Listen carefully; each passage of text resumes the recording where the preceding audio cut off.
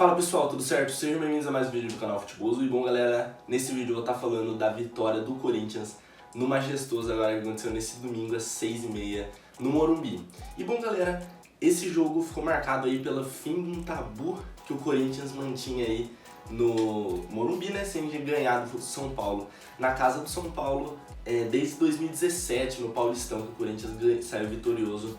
Lá no Morumbi já fazia quase 6 anos isso, eram 11 jogos sem ganhar do São Paulo lá no Morumbi. Então foi uma marca muito impressionante aí para concretizar um pouco do trabalho do Fernando Lázaro que está aí no seu início. São apenas 15 jogos aí comandando o Corinthians, contando sua época de interino lá. E tem apenas uma derrota, são 2 empates apenas ali e várias vitórias. Levando também em conta que ano passado o Corinthians não ganhava muitos clássicos, ganhou apenas 2 clássicos dos 12 que teve na temporada inteira. Então agora já ganhar o primeiro, já ganhar fora de casa, quebrando um tabu, é uma coisa que dá bastante confiança, ainda mais para um técnico que vem início de carreira, início de trabalho, né? Então esse foi um dos ingredientes. Para falar do jogo, o jogo começou meio amarrado, aquele negócio do São Paulo atacar por estar jogando em casa, querendo mostrar os mais de 54 mil torcedores que estavam lotando o Morumbi na noite de domingo. Então o São Paulo começou naquele ímpeto, o Corinthians conseguiu segurar, o São Paulo teve uma boa grande chance com o Nestor, porém o Cássio conseguiu fazer a defesa. O Cássio foi um dos destaques da partida novamente, com aí umas 2 ou 3 defesas difíceis novamente, né? A gente também viu aí depois, até os 15 minutos mais ou menos, o São Paulo com bastante posse de bola, o Corinthians ali se propondo um pouco mais aos contra-ataques, e foi assim que saiu os 2 gols do Corinthians. Aos 17 minutos, o Corinthians conseguiu ali numa belíssima jogada pelo lado direito, com o Fagner tabelando com o Duqueiroz, o Renato Augusto conseguiu achar o Fagner na linha de fundo e o Fagner cruzou para o Adson empurrar para o fundo da rede. Foi um lance bem ajustado, teve revisão do VAR, porém o Fagner estava em condição para fazer o cruzamento e assim o Corinthians abriu o placar no meio do primeiro tempo. Depois disso, o jogo continuou ali nos mesmos parâmetros que estava, né, desde o começo, porém o Corinthians ainda assim estava bem eficiente, né? Aos 34 minutos ali, o Corinthians já conseguiu uma nova escapada pelo Roger Guedes, agora pela esquerda, uma belíssima jogada dele, escapando do Alan Franco na linha de fundo, na linha lateral. E ele conseguiu cruzar na medida para o Adson, só empurrar para o fundo da rede de perna direita, sem goleiro, né, porque o Rafael já tinha passado da bola. Então o Corinthians ali cravou 2-0 logo no primeiro tempo. O São Paulo ainda teve ali ótimas chances ali no finalzinho para tentar diminuir e ir para o intervalo com apenas uma desvantagem de 1 gol, porém o Cássio ali conseguiu salvar, principalmente numa cabeçada, num cruzamento no primeiro pau. Então, assim foi pro segundo tempo, o time do Corinthians voltou ali sem mudanças e depois disso o São Paulo voltou massacrando. O Corinthians, devido às circunstâncias do jogo, né, está fora de casa ganhando um clássico por 2 gols de vantagem, o Corinthians acabou baixando as linhas, o São Paulo subiu bastante, foi ao ataque, o Rogério Ceni acabou fazendo mudanças no meio do segundo tempo, tirando ali jogadores de trás e colocando mais jogadores de frente, o Corinthians fazendo o caminho inverso, né, tirando jogadores da frente, colocando meio-campistas, volantes, para conseguir segurar esse jogo até o final. O Rogério Ceni acabou colocando o Luciano só no meio do segundo tempo, porque ele explicou na coletiva, né, que o Luciano vem aí de 4 partidas seguidas jogando, então ele precisou ali fazer uma gestão um pouco maior desse jogador. Ele falou que ele já fez isso com o Caleri, já fez isso com outros jogadores também do elenco, e calhou de nesse jogo ser a vez do Luciano ser poupado. Bom, na minha avaliação, não se pode poupar um jogador tão decisivo quanto o Luciano, que se mostrou isso após fazer o primeiro gol do São Paulo, né, que descontou ali a partida e deu um fogo a mais pro time.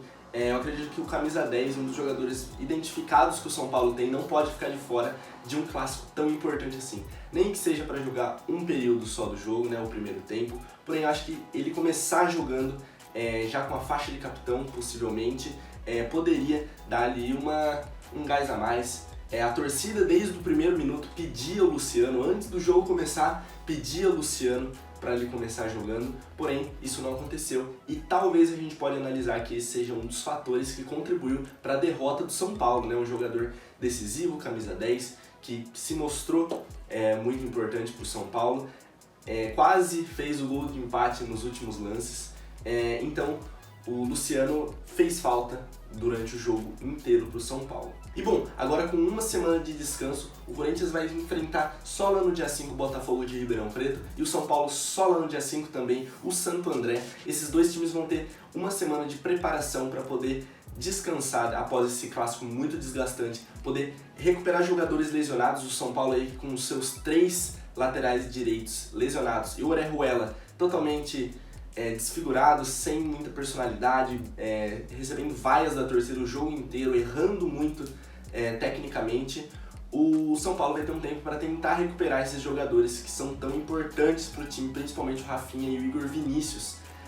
O Rogério Ceni comentou que muito provavelmente eles não vão voltar e o Orejuela vai ter que ganhar confiança, vai ter que ter a compaixão da torcida para ele continuar exercendo ali o seu papel na lateral direita.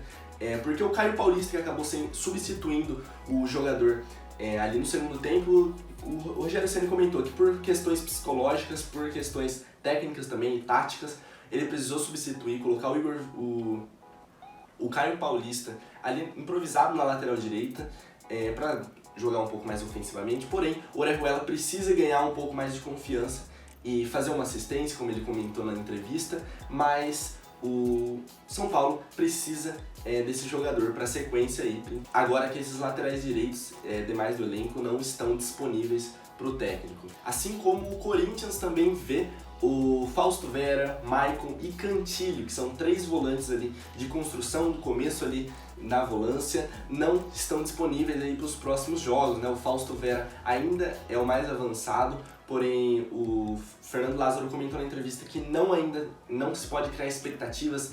Ele tenta firmar o pé, mas ainda tem um desconforto ali no seu tornozelo que ele torceu no jogo contra o Bragantino.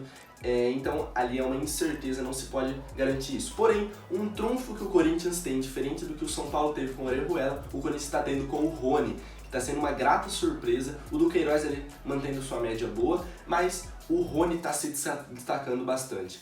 Jogando ali como primeiro volante, desarmando muito bem, acertando tempo de bola, acertando belos passes, lançamentos. Esse jogador vem sendo muito importante para o meio campo do Corinthians. Jogador aí que ele virou um pouco de meme, um pouco de sátira. Agora ele vem se mostrando um jogador realmente muito importante tecnicamente e taticamente para o time do Alvinegro, né? E um outro fator aqui que se destacou aí nesses primeiros momentos aí do Corinthians na temporada, eu acredito que seja a dupla de zaga. Foram várias combinações que o Fernando Lázaro testou já nesses primeiros 5 jogos, porém uma coisa que se destaca é que o Corinthians não toma gol quando joga com o Bruno Mendes e sempre toma gol quando está sem o uruguaio. Isso foi visto aí nesses 5 jogos. São obviamente dados frios isso, porém eu acredito que deve ser levado em consideração. Quando Balbuena e Gil jogam, além de Fábio Santos, Fagner e também o Cássio, né, torna-se ali uma zaga bem de idade avançada, né, sendo o Balbuena o mais jovem ali com 31 anos. Então eu acredito que o Bruno Mendes pode ser sim considerado um titular desse time. Eu faria sim essa adaptação dele como um titular e ali testando outros jogadores, como o Balbuena, como parceiro dele, que já se mostrou uma ótima dupla. O Gil também, que vem ali fazendo uma temporada razoável. Testando o Caetano, que é um ótimo jogador, que vem aí de empréstimos voltando para o Corinthians. Então eu acredito que a dupla de zaga ainda é uma incerteza bem grande ao Corinthians, né? Então galera, esse foi o vídeo. Deixem aí nos comentários o que vocês acharam desse majestoso. Se inscrevam no canal, deixem o like, ativem o sininho, me sigam nas redes sociais e até o próximo vídeo. Falou!